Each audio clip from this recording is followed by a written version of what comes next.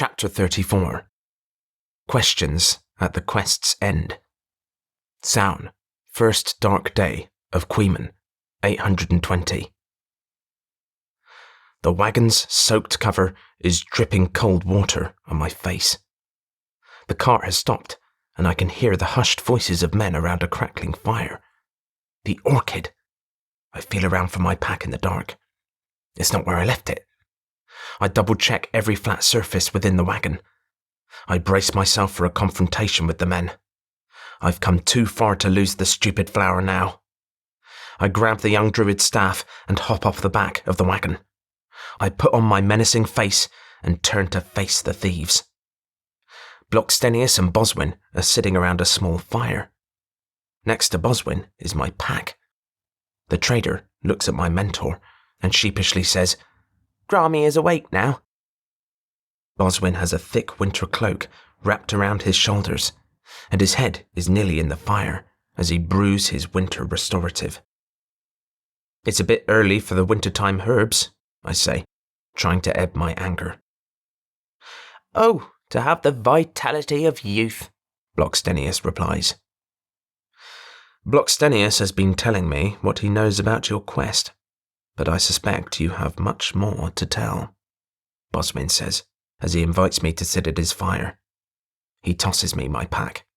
"We should do this properly." I'm too relieved to get annoyed at him. "Let me present you with the ghost orchid, the ultimate goal of my quest." I unwrap the battered little flower and gently hand it to Boswin. He looks at it for a while, in silence.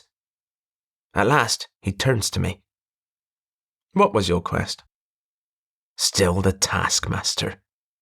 I was to visit both of my brothers prior to obtaining a ghost orchid and present it to you by Sown." "And what day is it now?"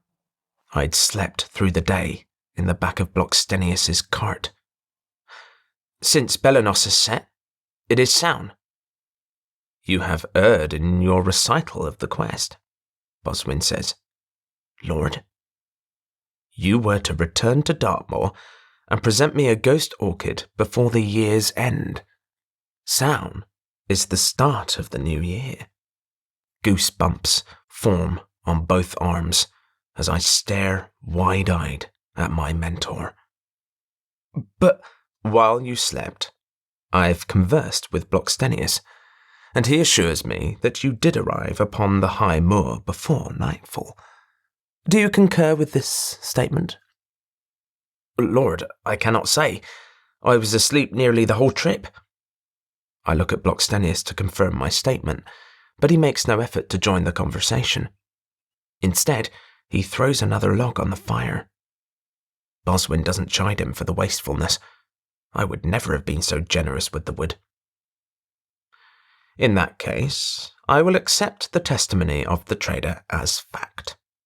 Since you were on Dartmoor before sundown, and you possessed the ghost orchid, I will grant that you have successfully completed your quest." "But, Boswin, I didn't present it to you until just now, and it is clearly after sunset." Boswin looks to Blockstenius. "You see what I mean? Even when he can claim victory, he still tries to undermine himself."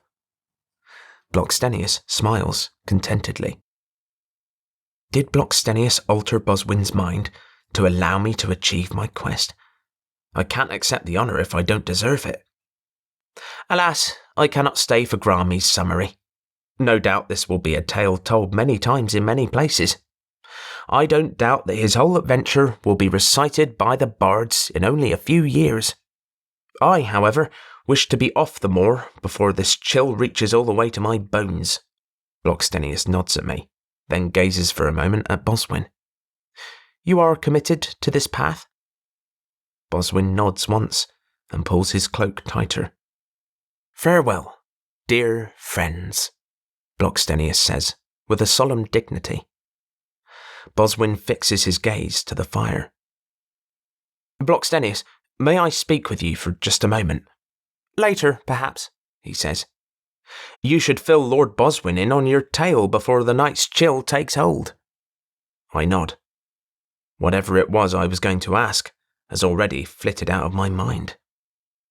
He winks at me before retaking his seat on the wagon's perch. I don't envy your stay up here, with what promises to be a cold night. A quick flick of the reins, and his ponies hurry him off. Now, I wish to hear your tale from the beginning. But first, indulge an old man, and tell me, did you really invoke a thunderstorm?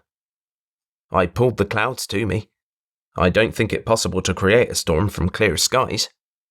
And you summoned God's fire from this storm? I did, and I also summoned hail, I inform him smugly. Hail as well. Very impressive. His outright praise throws me for a loop. I was trapped and had no choice, I add, before he can admonish me for being prideful. It feels good to be home. Boswin listens with few interruptions to my story, only stopping me to ask about Catel lifting the water and Sifra summoning the elementals. Poor Sifra. I fear his transformation is permanent, he says. The cold wind picks up, and Boswin pulls his wool mantle a little tighter. He throws more kindling onto the fire. The flames shoot up higher and are whipped hither and yon by the wind. I've never seen Boswin squander branches so. Would you rather we go into your hut and continue our talk? I ask, concerned. No. I wish to stare at the stars as they stare back at us. He tugs his mantle tight again. We seem to take them for granted, though they watch us every chance they get. We spend a few moments in silence, gazing up at the sky. I bite my tongue so I can't ask for the 100th time what the stars are made of. It's a game we play on most every clear night. I will ask, Boswin will put forth an answer, and I will then poke holes in his reply until he grows frustrated with me and retires for the night. It strikes me as frivolous to act such on this night. I had counted on you arriving, though not quite so late. There is blood bread and porridge waiting for us in your hut. Please get them, will you? Of course. Do you know why I asked you to return from your quest before the new year? I do not. It was an old custom, now largely forgotten. Many years ago, all quests were timed to end at year's end. That way the successful druids could tell their families, both living and dead, of their success. But younger people rose in the ranks, and the youth are always impatient. They assigned quests when they saw fit, and the old ways lost favour. Boswin sits quietly with his mantle, lost in his thoughts. I had expected him to be more excited about me completing my quest. I tend to the heating of the food and leave him be. It's clear that something is weighing on his mind, so I give him the option to speak or not. I divvy up the food and consume my portion with relish. Boswin is more restrained. He eats his dark blood bread before starting on his porridge. I've seen him eat his food this way at every evening meal. Why do you always finish your bread before you start the porridge? My father used to do the same thing. It also is an old custom that is not much observed these days. He seems pleased to think about the old days. And I wait for an explanation. What is this custom?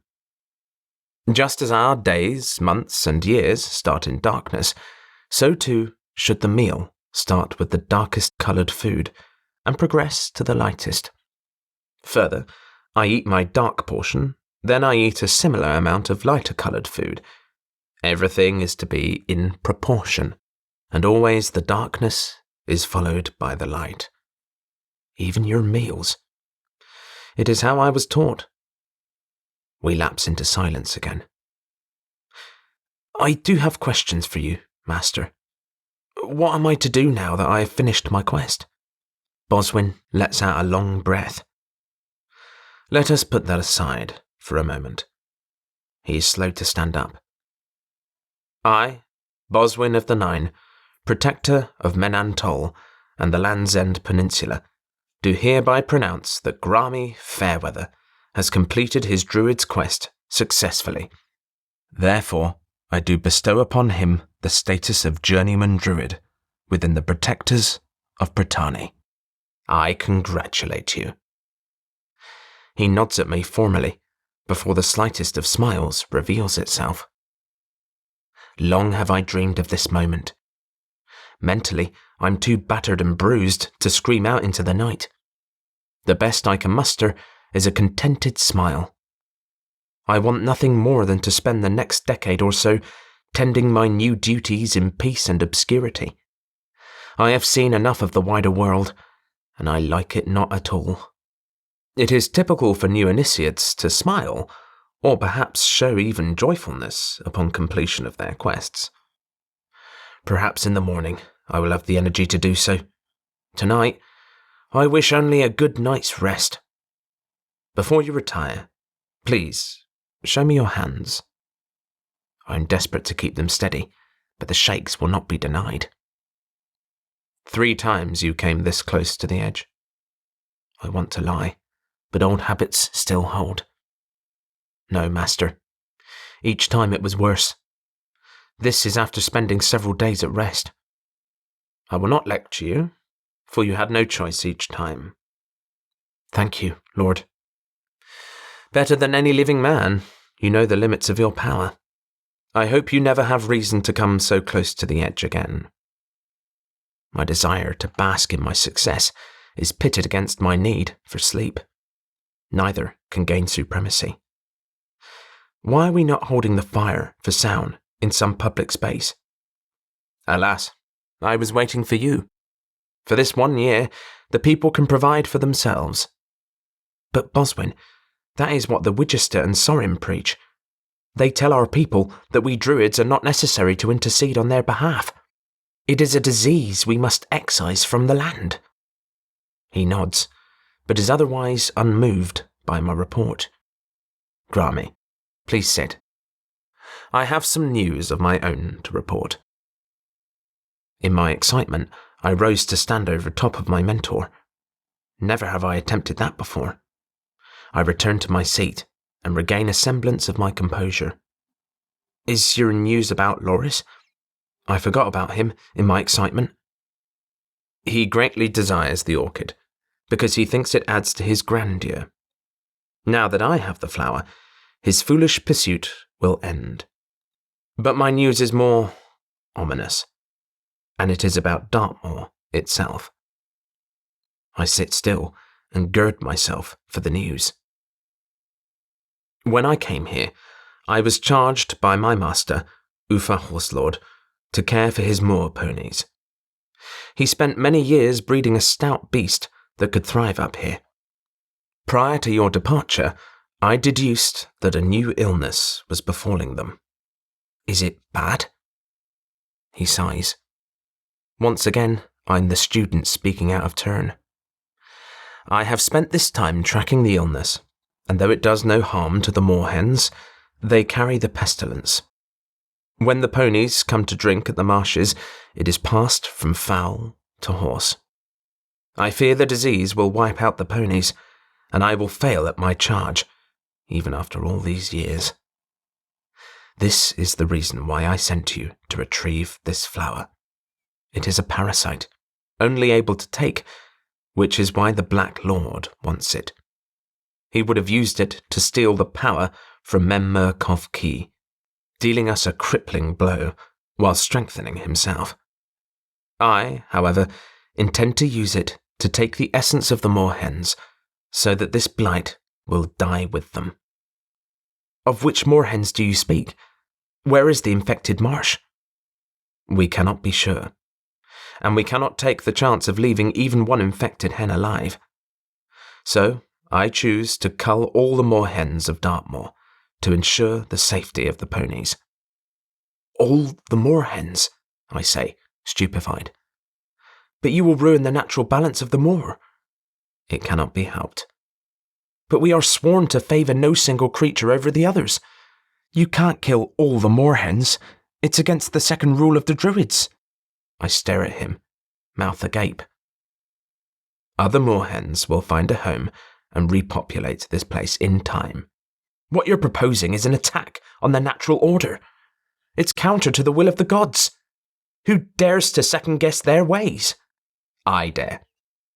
Many years ago, my master charged me with a task. I refuse to fail now, even if it is near the end of my days. You can't do this. Perhaps you should go to Dinas Gwenenin tomorrow and tell your family of your success. It will leave me to my preparations. I take a moment to compose myself. This must be one last test for me to pass. Boswin, what you intend to do is obscene, and I cannot stand by and let you destroy the natural order. I am the Lord here. I close my eyes, wishing this ruse would end. Boswin, if you will not renounce your plans, then I must challenge you to a death duel. My brain whirls away faster than I can control. I'm too dizzy to stand, yet I challenge my mentor to a death duel. I accept your challenge, Boswin responds. I stare at my mentor, mouth agape again. I see deep sadness in his face. I try to speak, but my chest lacks the strength.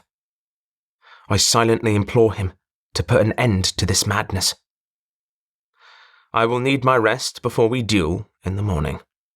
He rises slowly, like an old man, grabs a burning branch, and shuffles into his hut. I watch him depart, debating with my heart and mind if what just happened was real.